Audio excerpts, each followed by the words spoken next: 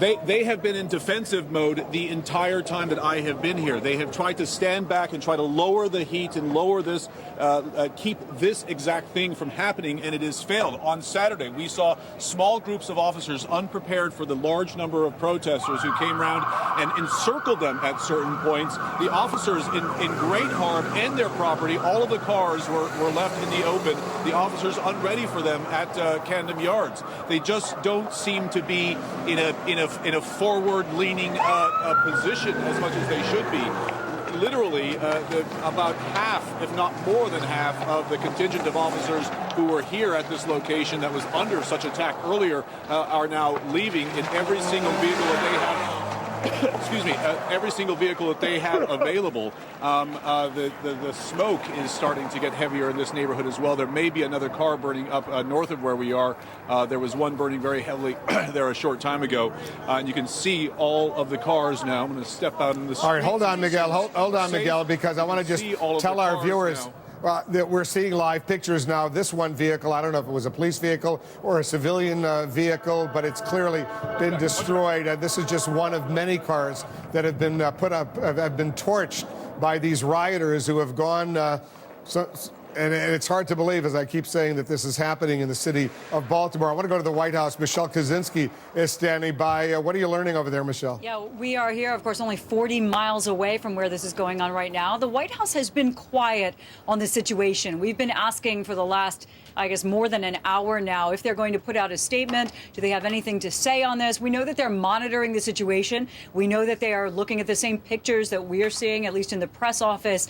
It's possible we will hear an official statement from the president or from the press secretary later on. Just unclear at this point. The president, of course, we know is meeting with a new attorney general, just confirmed and sworn in this morning, Loretta Lynch, that this meeting was not called because of what's going on right now in Baltimore, but that this would be one of the topics, is what we're told. Reporters, other than still cameras, were not allowed into that meeting for any part of it, so they weren't able to. We didn't get any information out of what they were saying. The president nor the new attorney general made any kind of statement to the press that was in there. So right now we're waiting to see if there will be an official statement. We're told that it's unlikely the president will deliver a statement himself, such as in the briefing room. But it just remains to be seen. We're watching this. What the White House has been saying over the course of the last several days, since this happened to Freddie Gray there, is that this is something they take seriously. They're watching the situation. The White House always refers to this task force on 21st century policing that they created because of this. And even what they said today in the briefing room, the press secretary really emphasized that these problems that have come up around the country are strongly local issues, that they require local leadership first and foremost, and then that in conjunction with the state and federal governments. The White House has been trying to project a real commitment to improving race relations, especially relations between police departments and communities around the country. But so far in this situation, we haven't heard anything on the events at hand, Wolf. Yeah, and I just want to be precise. That meeting the president's having with the new Attorney General, Loretta Lynch, was that previously scheduled, or is it an emergency meeting as a result of the rioting that's going on in Baltimore? Yeah, we're told not an emergency meeting. I mean, because she was sworn in this morning, it's possible that they just wanted to have this first meeting, almost a congratulations, but it's clearly taken on a different tone now that this is happening as they speak. Now, because it's possible that we will hear from the White House, I mean, even an urging of calm, we were asking them if they were going to put out something like that. It was unclear at the time, but I think it's likely when this meeting ends between the president and the attorney general, if they're going to put something out, it's likely we'll hear something then. So that's something that we're watching. All right, we'll stay in close touch with you, Michelle Kaczynski, over there. This is happening in the city of Baltimore. It's a major American city, one of the largest cities in the United States, only 40 miles or so from Washington, D.C. And for the last hour and a half or so, maybe 2 hours, there have been violent demonstrations, violent rioting going on, stores looted, cars destroyed. Police officers injured, civilians injured, including some journalists, photojournalists who have been injured. You're looking at pictures going on. Police beginning slowly, I guess, to get to those areas. This is what was a CVS, still a CVS, but it's been basically trashed. Some police vehicles have now arrived, and presumably some of those violent demonstrators, rioters, are going to start leaving because there's going to be a lot of arrests down the road. But a lot of people are wondering, where's the mayor of Baltimore? Where's the police commissioner of Baltimore? Where are city leaders right now? What's going on? How could this happen when all of this was so widely anticipated for hours earlier? And today, some of these violent gang groups, and Jeffrey Toobin has covered some of these violent gang groups in Baltimore over the years, including the Crips and the Bloods and the Black Guerrilla family. They were advertising for hours today, Jeffrey. This was going to happen, and yet it did happen, and the police were sort of in a defensive posture. And they remain invisible in the key locations. I mean, that I think remains the most astonishing thing to me, that we have active looting going on and there are no police there. As you were saying, I covered a story in the Baltimore City Correctional Center, which is the detention center, which is the local jail. And the Black Guerrilla family was so strong there, they had basically complete control of the jail. The guards were largely female. Many of the guards were romantically involved with the inmates. Many of them were pregnant and had children with the inmates. And it was indicative of just how powerful the Black Guerrilla a police vehicle was. now getting through this area. This shot from the helicopter, that cop car is going very fast right now, and presumably, I don't know where it's going, but that's a dangerous situation in an urban area like this. Look what's going on, Tom Fuentes. Is this the appropriate behavior for a vehicle like this with a lot of cars like that on the road? Well, Wolf, I have no idea where that car's going or why the high rate of speed, so we can't tell. Looks like that police vehicle is escorting someone important in the black vehicle, the van behind that police vehicle. I don't know who it is, but it's clearly a dangerous situation that's underway. And you know what is so frustrating? Joey Jackson, I just want to get your thoughts. People are watching this all over the country, indeed all over the world, and they're asking themselves, what is happening in Baltimore? And that's the larger problem. And I understand and I get that this stems from a large sense of loss, a large sense of frustration, but it can't be rationalized. It can't be justified. It's criminality. And so the protesters who are peaceful should continue with the message to build forward relationships with the community, with the police, with the clergy, so that things can get better. But people to use as an excuse, just, going into stores and looting businesses, there's no justification at all. Now, the police, I know, are faced with a very difficult task. Do we move in? Do we make it more militarized? Do we injure more people? At the same time, the police are there to restore order, to restore peace. But until we get to the root of the problem, which is the historic distrust, until we get to the root of people having some sense of, we have to trust the police, we have to trust investigations, we're going to see this over and over and over again. We can't, and this can't be justified by any measure, but we have to take constructive steps to make it better, not steps of violence to make it worse. And that's the problem, because people are watching this, Wolf, in this country and, as you say, around the world. Yeah, this is Baltimore. Home of the Baltimore Orioles. They're supposed to have a game at 7:05 p.m. Eastern later tonight. Camden Yards, not very far away from this community, from this area where the rioting, the burning, the looting has been going on. Baltimore, home of the Johns Hopkins University. It's a beautiful city, the Baltimore Harbor.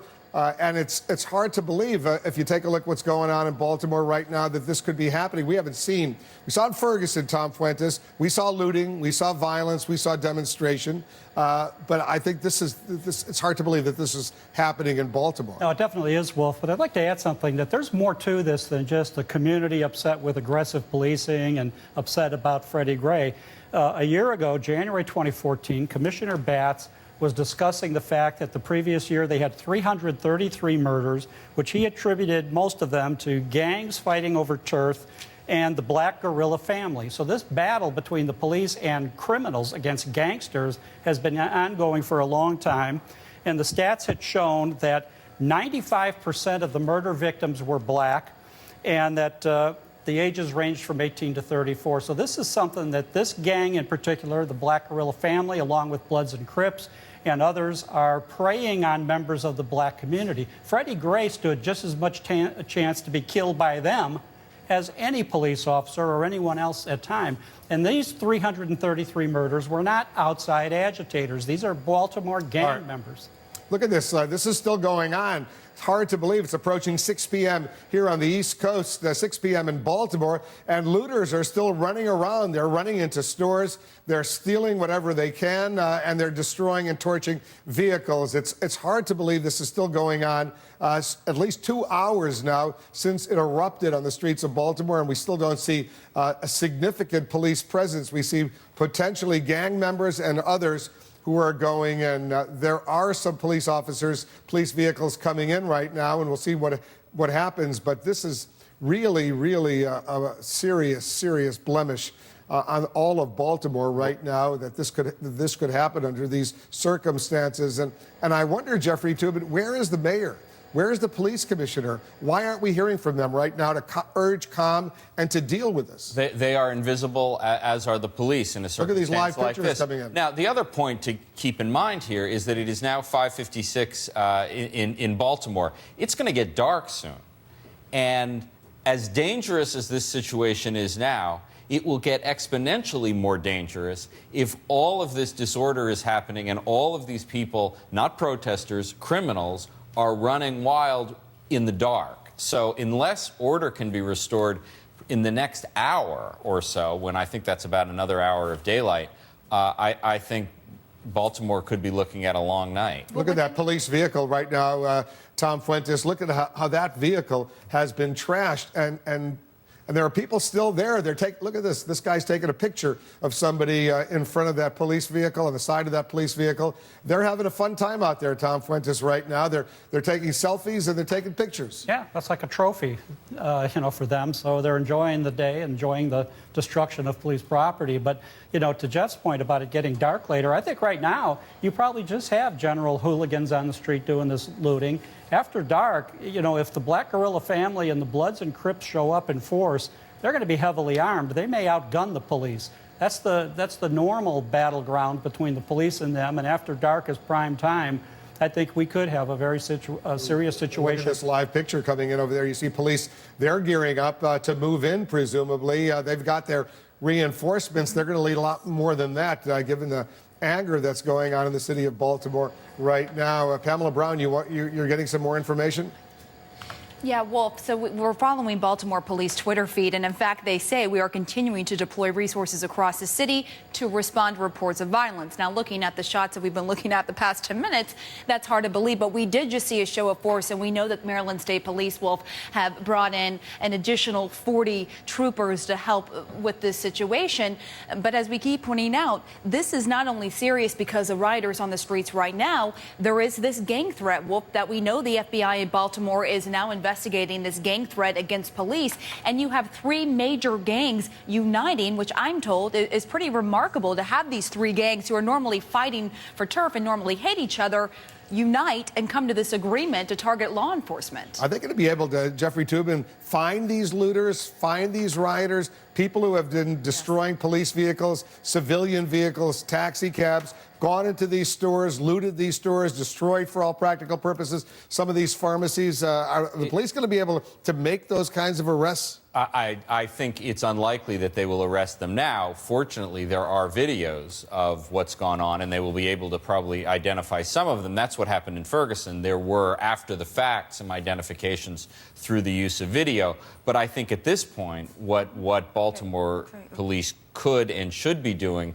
is simply to establish a safe situation so the people who live in these neighborhoods are not facing the kind of danger that they're facing now, because they're the ones who are really in jeopardy. And you see crowds still there out of the streets. You would think by now these people would want to go back to their homes, get inside before it gets really, really ugly. It's been very, very bad so far, but it could get, as it gets darker, increasingly more dangerous for what's going on in the city of Baltimore. This is a scene that a lot of us never anticipated seeing in a city like Baltimore, an African-American mayor, African-American police chief, but it has happened, and we're watching it unfold.